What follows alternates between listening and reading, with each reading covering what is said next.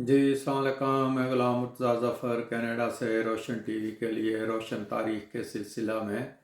आज इसकी जो 27वीं किस्त है वो लेकर हाज़िर होते हैं। तो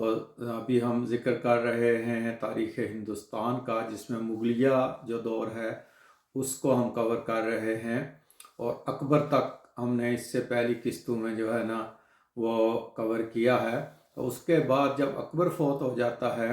तो उसके बाद नूरुद्दीन मोहम्मद जहांगीर जो है वो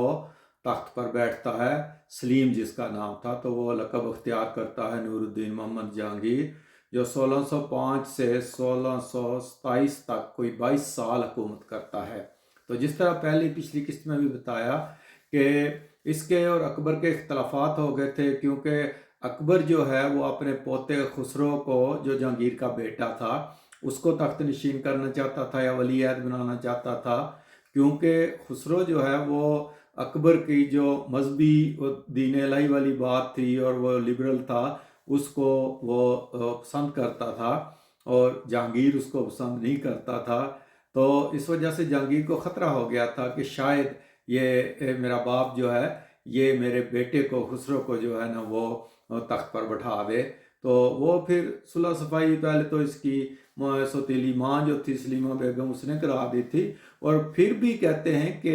अकबर ने वलीअहद मुकर्रर कर दिया था खुसरो को, उसने अपना फैसला वापस नहीं लिया था अगरचे सुलह हो गई थी सलीम के साथ। फिर कहते हैं कि हज़रत मुजद्दद अल्फ़सानी रज़ी अल्लाह ताला अन्हो, उन्होंने फिर बीच बचाव किया और उन्होंने वादा लिया सलीम से कि अगर तुम बादशाह बन गए तो तुम ये तमाम जो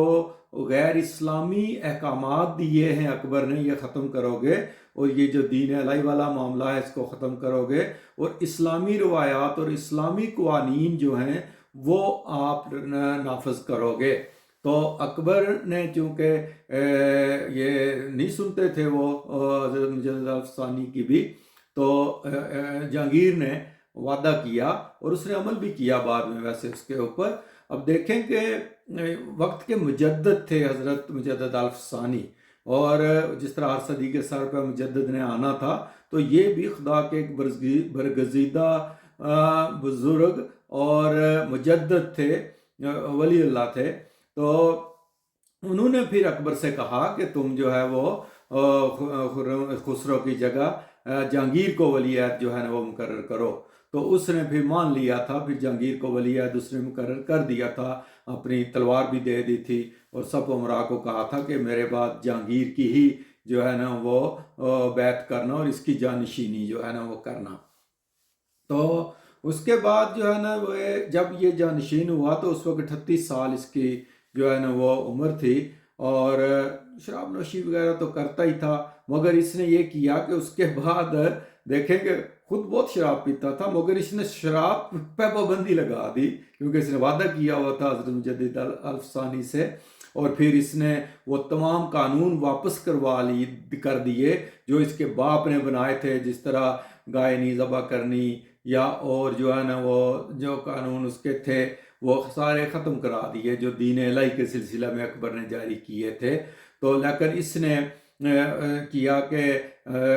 3 दिन के लिए गोश्त पर पाबंदी लगाई ताकि जानवर वगैरह बचे रहें, इतनी ज़्यादा जो है ना वो उनके ऊपर जो है ना वो क्योंकि ख़त्म हो जाते जिस तरह से उनका इस्तेमाल हो रहा था। उसके अलावा उसने बहुत से मालिया वगैरह माफ़ किया और तमाम जो इस्लामी रवायात थी वो मुड़ के उसने दोबारा से जो है ना वो बहाल कर दी। और फिर उसने एक जंजीर अदल लगवाई थी। बड़ा इंसाफ पसंद था वैसे जहांगीर, अगरचे अफीम खाता था, शराब पीता था, मगर इसके बावजूद इंसाफ पसंद बहुत था। और उसने एक जंजीर अदल लगवाई थी। आगरा का जो किला है वहाँ से और जमुना जो 30-40 गज दूर था वहाँ तक कोई 30 मीटर 40 मीटर लंबी वो सोने की एक जंजीर थी। पता नहीं सोने की थी या नहीं थी, लेकिन उसमें 60 सोने की वो घंटियाँ लगी हुई थी और वह बादशाह के कमरे तक जाती थी और कोई भी उसको हिला के बादशाह को अपनी जो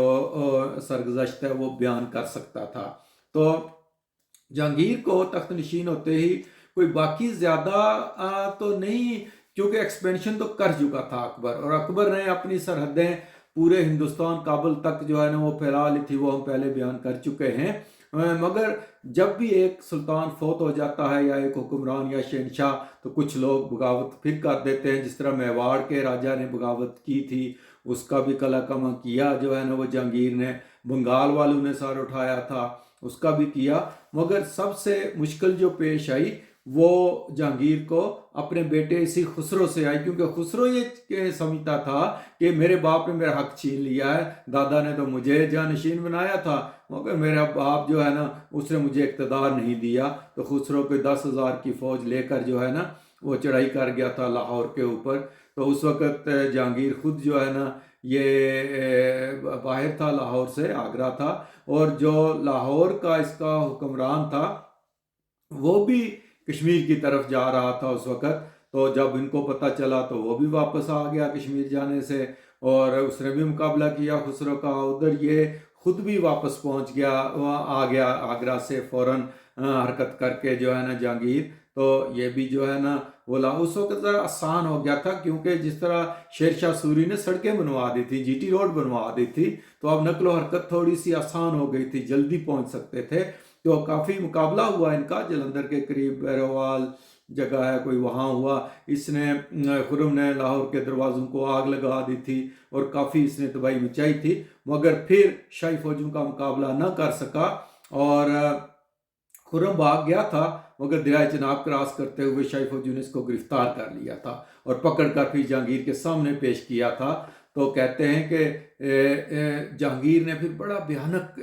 اس کے ساتھیوں کا تو بہت بھیانک انجام کیا تھا، جس میں سکھوں کے گرو ارجن صاحب شامل تھے، لیکن ان کو وہ اس وقت سزا نہیں دی تھی۔ لیکن اس کے 700 جو ساتھی تھے خسرو کے، ان کو بہت برا ان کا انجام کیا تھا۔ تو کہتے ہیں کہ کامران کی 12 دری جو تھی، یہ اس وقت جو ہے نا اس طرح کا جو ہے نا وہ جزیرہ نہیں تھا، اس وقت دوسری طرف سے دریا نہیں گزرتا تھا، یہ شاہی قلعہ تک اس وقت ملی ہوئی تھی۔ تو وہاں سے لے کر جہانگیر نے شاہی قلعہ تک جو ہے نا وہ نوکدار پول لگوائے تھے، چونچوں والے نوکیلے، اور اس کو خسرو کو باندھ کر ایک ہاتھی کے اوپر اس کے جو ہے نا ہاتھ بھی باندھ دیے تھے، اور اس کو وہاں اس کے سامنے اس کے جتنے بھی ساتھی تھے، حسین بیگ تھا سب سے پہلے جو جس نے اکسایا تھا خسرو کو، تو اس کو، اور ہر ایک کہتے ہیں چند گز کے فاصلے پہ اس نے وہ پول لگوائے، اور ان کے اوپر زندہ ان لوگوں کو وہ ایسے ڈالتے تھے وہ نوک، اور وہ سر سے جا کے نکلتی تھی، اور ان کو زندہ جو ہے نا وہ لٹکاتے تھے، اور ایک ایک کے سامنے سے اس کو گزارتے تھے خسرو کو، اور خسرو وہ ان کی چیخیں اور وہ جو ظلم تھا وہ دیکھتا تھا، یعنی اس کو دہشت اس کے بیزاری کی۔ یہ تجھ کے جہانگیری میں جہانگیر نے خود لکھا ہے کہ یہ ہوا تھا، اور میرا بیٹا میرے سامنے کانپ رہا تھا اور معافی مانگ رہا تھا۔ تو اس طرح اس نے اس کے 700 ساتھیوں کو طے کیا، ان کو سلاخوں پہ لٹکایا، اور خسرو کو پھر جو ہے نا وہ شاہ خرم کے حوالے کر دیا۔ دوسرا بیٹا جہانگیر کا خرم تھا، جو بعد میں شاہ جہان بنا، اور پھر خرم کو چونکہ خطرہ تھا کہ یہ خسرو جو ہے نا یہ راستے سے ہٹنا چاہیے، کیونکہ یہ بھی میرے اقتدار کے لیے خطرہ ہے میرے باپ کے بعد، تو اس نے پھر بڑا تشدد کیا۔